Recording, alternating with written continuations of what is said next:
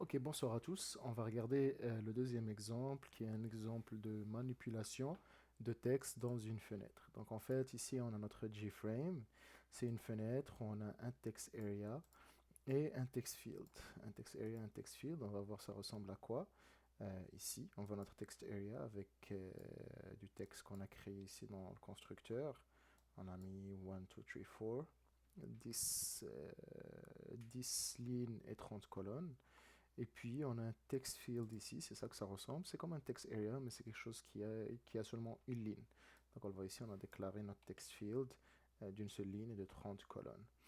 Ce qu'on a fait aussi d'intéressant, c'est qu'on a fait en sorte que set selection color that red, c'est cette ligne-là ici que vous voyez, set selection color that red.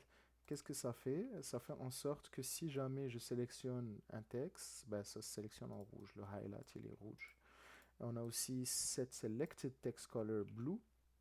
Ça fait en sorte que les mots sont bleus au lieu qu'ils restent noirs. En fait, quand on sélectionne du texte. Donc, en fait, ici, pour l'affichage, là, on a quelques méthodes qui vont gérer des événements de souris, de carré ou de clavier qu'on va regarder dans un instant.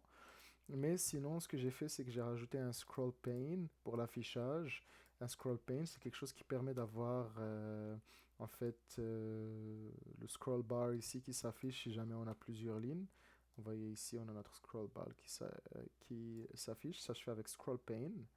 J'ai créé le scroll pane. Je lui ai affecté le text area. Après, c'est un G-panel au centre, un G-panel au sud. Au centre, j'ai rajouté mon scroll pane. Au sud, j'ai rajouté mon text field. Et puis, je les ai ajoutés à ma fenêtre. Bien sûr, les dernières lignes ici, c'est pour tout ce qui est affichage de la fenêtre. Donc, le plus important ici, qu'on va passer par-dessus, et pour cet exemple-là, j'ai décidé de passer par-dessus avec le code déjà fait. J'ai réécrit un peu le code que le prof vous a fourni pour ajouter des commentaires, le structurer un peu plus là. Donc on a trois méthodes, mouse events, caret events et key events. Donc avant de continuer, le carré, c'est cette petite barre qui s'affiche quand on clique quelque part dans le texte. On a une petite barre qui s'affiche. C'est ça qui s'appelle le carré. Donc regardons tout d'abord les mouse events. Ça va être une méthode qui va s'occuper de gérer tous les événements de la souris. Là, on se dit, ok, mais on a déjà vu qu'avant, on faisait ici implement mouse listener. Mais le problème, c'est quand on implémente un mouse listener, c'est que on est obligé d'implémenter toutes les méthodes qui sont mouse clicked, mouse pressed, released, entered, exited. Mais si jamais on veut juste utiliser une seule méthode qui est mouse clicked, bien là, ça va pas me fonctionner puisqu'on sera obligé de définir les autres. Et on n'a pas envie de les définir, ça nous intéresse pas. Ce qu'on peut faire, c'est créer un adaptateur qu'on va regarder tout de suite dans la méthode. En fait, ce qu'on fait, laissez-moi faire comme ça, on va descendre ici dans la méthode mouse events, c'est qu'au text area, je rajoute un add mouse listener, mais au lieu de dire this comme on faisait d'habitude on faisait text area.add mouse listener, ici on mettait 10 parce qu'on a implémenté les méthodes. Mais là, au lieu de les implémenter, on va les créer directement ici. On va faire new mouse adapter qui va implémenter seulement une seule méthode qui est la mouse clicked. Donc en fait, on a fait text area.add mouse listener, new mouse adapter et nous demande ok, c'est quelle méthode que tu veux implémenter du mouse listener? Ben, c'est mouse clicked. C'est ça qu'on fait. Et il nous dit, OK, ben, implémente cette méthode-là, mouse clicked. Donc, c'est ce qu'on fait ici. Hop. Et puis, hop, c'est ce qu'on fait ici. On est en train d'implémenter la méthode mouse clicked avec des événements. Donc, si jamais il y a un clic de souris, qu'est-ce qui se passe? Ben, commençons par la première étape. Ça serait d'avoir la position du clic par rapport au texte, par rapport au texte selon où on a cliqué dans la souris. En fait, vous savez, dans le text area, c'est des positions XY ici. Donc, on a une position XY, etc. Mais on veut avoir la position du clic par rapport au texte. Donc si on clique ici, on veut que ce soit ici c'est le 0, ici c'est le 1, le 2, le 3, et on veut avoir accès à ces informations-là. Ben, c'est ce qu'on a ici. On a le offset, on peut accéder à cette information avec textArea.view to model 2D. View to model tout court, c'est désuet, c'est abandonné par Java. Maintenant, il y a la nouvelle méthode View to model 2D, qui est la nouvelle version de cela, qui prend la position d'un clic, e.getPoint, ça veut dire l'événement, le point de l'événement où il s'est passé, et il va le transformer en position selon le modèle qui est le texte, qui va nous donner un offset, et c'est ça qu'on va venir imprimer ici. Laissez-moi supprimer l'affichage ici. Donc si je clique par exemple ici, à la première position, vous voyez ici, ça nous dit que le offset, il est de 0. Donc offset 0. Ça veut dire qu'on a cliqué à la position 0. Si on clique par exemple ici, on va descendre, ça nous dit que le offset, il est de 4. Donc on a cliqué à la position 4 et on peut le compter 0, 1, 2, 3, 4. Donc ça nous permet d'avoir la position du clic. Regardons maintenant peut-être l'opération inverse qui est d'avoir la position XY dans le text area, mais selon là où on a cliqué. En fait, ça on peut l'avoir avec textArea.model2view2d offset. On lui donne l'offset, la position du clic dans le texte, et il va nous sortir la position XY dans le text area. Donc par exemple, si on clique ici à la position 0, ici il nous donne la position XY. Il nous dit que le X c'est 0 et le Y c'est 0. Si on clique par exemple ici, qui est la position 8, on pourrait le compter. 0, 1, 2, 3, 4, 5, 6, 7, 8. Ben en fait, c'est le X0 et le Y15. Donc vous voyez qu'il nous sort ces informations-là. Parfait. Donc ça, c'est l'opération inverse qui est d'avoir le XY selon la position du texte. Maintenant, on pourrait vouloir aller chercher peut-être la position du début d'un mot selon si on clique sur un mot. Donc ça, on peut le faire avec utilities.getWordStart et dans les paramètres, on donne le text area et l'offset du mot auquel on a cliqué. Ça nous retourne un int qui est le début de ce mot-là. Ce mot-là, il va aller le chercher dans le text area et selon la position du clic, il va aller chercher le début de ce mot-là. Et vous voyez, on a dit d'imprimer click to word start. Si par exemple on clique sur for, on voit ici qu'il commence à la position 14. Donc on pourrait le compter. On sait qu'ici c'est 8, 9, 10, 11, 12, 13, 14. Donc on sait que for commence à 14, même si on a cliqué ici à la fin. Ça dit toujours que le début c'est 14. Maintenant, si jamais par exemple on veut aller chercher la fin du mot, la position de fin du mot, on peut faire utilities, getWordEnd, text area offset. Donc on va aller chercher la position de fin du mot dans le text area selon le clic. Excusez-moi. Donc par exemple, si on clique ici sur tout, click to word end set, oui, on sait qu'ici c'est 4, 5, 6, 7. Il se termine à 7. Et click to word start, bien sûr, qui était la méthode d'avant, c'est 4. Parfait. Maintenant, si jamais on a envie d'aller chercher le mot lui-même, selon sa position de début et de fin qu'on est allé chercher avec getWordStart et getWordEnd. Ben, on peut faire textArea.getText, entre parenthèses le début, et le deuxième paramètre, c'est la longueur qu'on veut aller chercher à partir du début. Donc la longueur, ben, c'est la position de fin, moins la position de début, ça nous donne la longueur du mot. Donc, à partir du début du mot, va chercher la longueur du mot.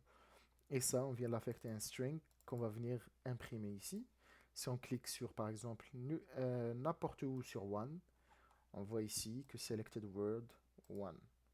Clique n'importe où sur for, on voit ici selected word for. Donc là, on peut aller chercher un mot selon le clic.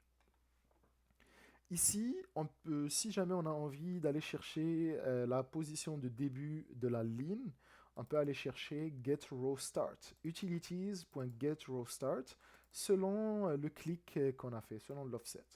Donc, ça va nous dire clicked row start, c'est où qui démarre, row start. En fait, on vient juste l'affecter ici dans un int et je l'imprime ici.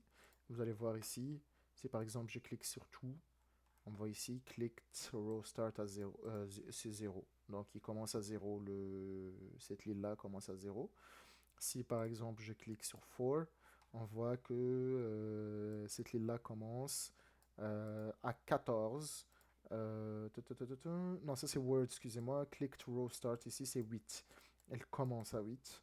Donc c'est ça qu'on a ici, elle commence à 8. Donc ça c'est pour le début du row. On pourrait aller chercher aussi la fin de la ligne avec utilities.getRowEnd. Même chose. Si je clique sur tout, on voit click to row end c'est 7. On l'a déjà compté qu'il se termine à 7. Si je clique par exemple ici sur tree, on sait click to row end, on sait qu'il termine à 18. On sait que c'est qu'il commence à 8. Là on fait 1. Il commence ici à 8, puis là on fait 9, 10, 11, 12, 13, 14, 15, 16, 17, 18. Il termine à 18. Parfait. Là, si par exemple on veut voir un clic droit, si on fait un clic droit on veut, sur un mot, sur n'importe où sur un mot, on veut que tout ce mot-là soit sélectionné. If Swing Utilities is right mouse button et pour comme paramètre l'événement E, donc on donne ça, is right mouse button. Il va aller vérifier si l'événement ça a été fait avec le clic droit de la souris. Ça, c'est une méthode de Swing Utilities, c'est une méthode statique de Swing Utilities. Et en fait, si c'est le cas, si on a fait un clic droit, text area.select start to end. En fait, on sait que start, ça va être la position le début du mot. End, ça va être la fin du mot. On l'a vu ici. Start, end, selon l'offset. Donc, pour l'événement, ici, quand on clique par exemple avec un clic droit sur for, on voit qu'il sélectionne tout le mot for. Si on fait un clic droit sur tree, ça sélectionne tout le mot tree, two, one, etc. Donc avec un clic droit, il le fait. Cette méthode-là, mouse events, puisque c'est un mouse listener, ça s'exécute à chaque fois qu'il y a un événement de la souris qui se passe, donc un clic de la souris qui se passe. Donc c'est pour ça qu'à chaque fois qu'on clique avec la souris, le offset il prend la nouvelle valeur, ce qui va faire une nouvelle valeur pour start, une nouvelle valeur pour end, etc. Donc c'est pour ça qu'on peut le changer à chaque fois, comme vous voyez ici. Parfait. Donc puisque ça c'est quelque chose qui a été rajouté en une ligne, ici on fait add mouse listener, new mouse adapter et on ouvre le curly bracket here. Ici, on voit qu'on doit le fermer, puis fermer la ligne aussi avec un point virgule. Et ici, on ferme la méthode. On ferme la méthode du mouse event. Parfait. Et là, j'ai créé, et la méthode, n'oubliez pas qu'il faut l'appeler à la création de la fenêtre. Dans le constructeur, on appelle la méthode mouse events. Ici, caret event, c'est une méthode qui va gérer les événements de carré.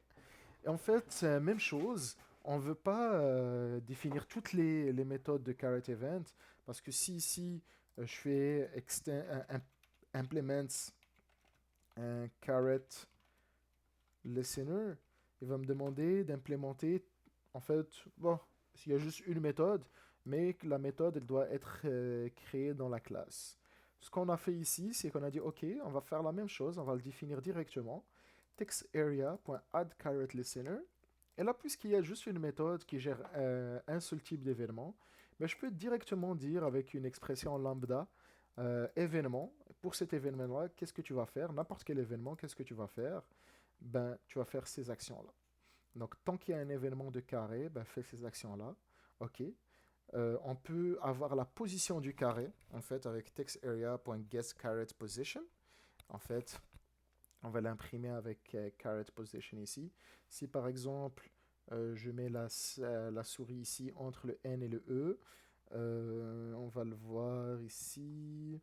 Où est-ce qu'il est? Caret position. Caret position, il est à 2. Vous le voyez ici. Caret position, il est à 2. Ben, bien sûr, il est à 0, 1, 2. Donc, textArea.getCharacterPosition qui nous retourne un int qu'on imprime. Ici, root, c'est un élément. On va aller chercher textArea.getDocument. Il va aller chercher en fait tout le texte qu'il y a dans textArea.getDefaultRootElement qui est en fait la première ligne du texte. Et ici, on peut donner la ligne du mot cliqué. Donc, avec root.getElementIndex, selon la position du carat, ça nous donne en fait le numéro de ligne, la ligne en fait de row, de là où on a mis le carré. Donc, si par exemple le carré ici, on peut voir que the clicked word is at row 0. Bien sûr, on est à la rangée 0. Ici, the clicked word is at row 1. Si on rajoute quelque chose d'autre ici, the clicked word, où est-ce qu'il est? The clicked word is at row 2. Vous le voyez ici. Donc, ça, c'est pour la position du carré, s'il est sur quelle ligne. Si on veut, par exemple, avoir c'est quelle méthode, c'est quelle colonne, le carré se trouve dans quelle colonne, mais ici, on peut l'avoir, la colonne, c'est la formule pour la calculer. C'est la position du carré moins, en fait, c'est la position du carré moins son offset par rapport à la ligne, ça nous donne la colonne. Donc ici, root.getElement qui est la ligne, et là on cherche le offset, le start offset de la ligne. Si on fait le carré position moins ça, ça nous donne la colonne du carré. Donc par exemple ici, on voit the clicked word is at column 10. Si on clique ici, peut-être que word c'est pas bon, j'aurais peut-être dû dire carré. Mais ici on voit que the clicked word is at column 7. On voit qu'on est à la colonne 7 ici. Donc si on le met ici, on va voir qu'on est à la colonne 0. The clicked word is at colonne 0. Si on le met là, on est au bout en fait. The clicked word is at colonne 13. Et donc ça, c'est pour gérer les carrés.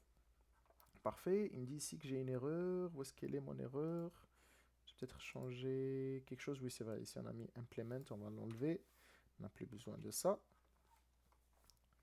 Et puis ici, les événements du carré. Et là, on a des événements de key events, donc des événements de clavier. Avant de continuer, n'oubliez pas que j'appelle aussi la méthode caret events ici dans le constructeur. Et key events aussi, j'appelle dans le constructeur pour qu'elle soit exécutée. Sinon ici, pour key events, on fait textArea.addKeyListener. Et là, on doit faire un adaptateur. Pourquoi? Parce que si on implémente KeyListener, on a besoin d'implémenter les trois méthodes.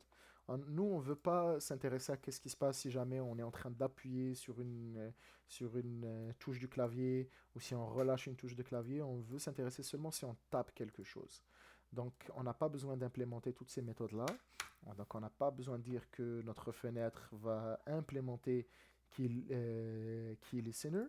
On va juste dire dans KeyEvents, textArea.addKeyListener, new key adapter. Donc on crée l'adaptateur qui va implémenter seulement la méthode keyPressed. Donc je vais vous montrer .add key listener new key adapter et là il nous dit ok mais c'est tu vas adapter quelle méthode? Ben keyPressed comme ça et là c'est elle qu'on va override et qu'on va dire qu'est-ce qui se passe si jamais on a ce genre d'événement. Alright? Donc ici, keyPress, ben, qu'est-ce qu'on cherche à faire? En fait, on cherche à calculer le nombre de lignes peut-être, number of lines. Et ici, qu'il y a dans le text area, on fait textArea.getDocument.getDefaultRootElement, comme je vous ai dit, c'est la première ligne. .getElementCount, en fait, il va juste compter le nombre de lignes qu'il y a dans le text area. Et c'est ce qu'on va imprimer ici. Donc, laissez-moi peut-être sortir la console pour que ça s'affiche. Et ici, si on écrit quoi que ce soit, en fait, parce que c'est un événement de clavier. Laissez-moi... J'ai envie que ça suive. Ok, ça c'est en train de suivre. Donc si j'écris quoi que ce soit, c'est là que ça va l'imprimer. On va voir ici number of lines in this text tree. Si on rajoute quelque chose, number of lines in this text for, etc., etc. Donc, chaque fois qu'on écrit une nouvelle ligne ou qu'on appuie sur un bouton, sur une touche du clavier, ça exécute cette méthode-là. Donc, bien sûr, ça c'est juste un exemple. On vous dit d'afficher le nombre de lignes qu'il y a dans le text area, mais ça peut être appliqué pour quoi que ce soit d'autre. Sur le clic d'une touche, ben, ça effectue telle et telle action. Après ça, en fait, qu'est-ce qu'on lui dit? On lui dit, à chaque fois qu'il y a un key pressed, on lui dit dans le text field de faire en sorte d'afficher le nombre de lignes. Donc, string.value of number of lines. Number of lines, c'est ce qu'on a calculé ici. Donc, on fait juste l'afficher dans le text field ici. Donc, il nous affiche le nombre de lignes. Donc, si jamais il y a un nouveau nombre de lignes, il nous l'affiche. Bien sûr, une ligne vide, il ne la compte pas. Oh, il l'a compté ici. Parce que j'ai fait entrer, il y a une ligne vide, j'efface, il la compte, mais quand je continue, il la compte plus. Donc on pourrait peut-être faire attention à ça, on pourrait rajouter des options pour gérer ça, mais vous voyez qu'au final, il rajoute seulement les lignes euh, si on les garde. Parfait. Donc ça, c'était pour la manipulation de texte. Et là, vous savez comment sélectionner un mot, quand on fait un clic droit dessus ou un double clic dessus aussi. Ça permet de le sélectionner. Clic droit, clic droit. On peut avoir c'est quel mot qui a été sélectionné. Alright. Ici, regardez, il nous dit c'est quel mot qui a été sélectionné. On peut avoir le début de la ligne, la fin de la ligne, le début du mot, la fin du mot, sa position XY dans le text area. Donc on peut tout avoir ça. Et puis, bonne chance pour le reste du TP.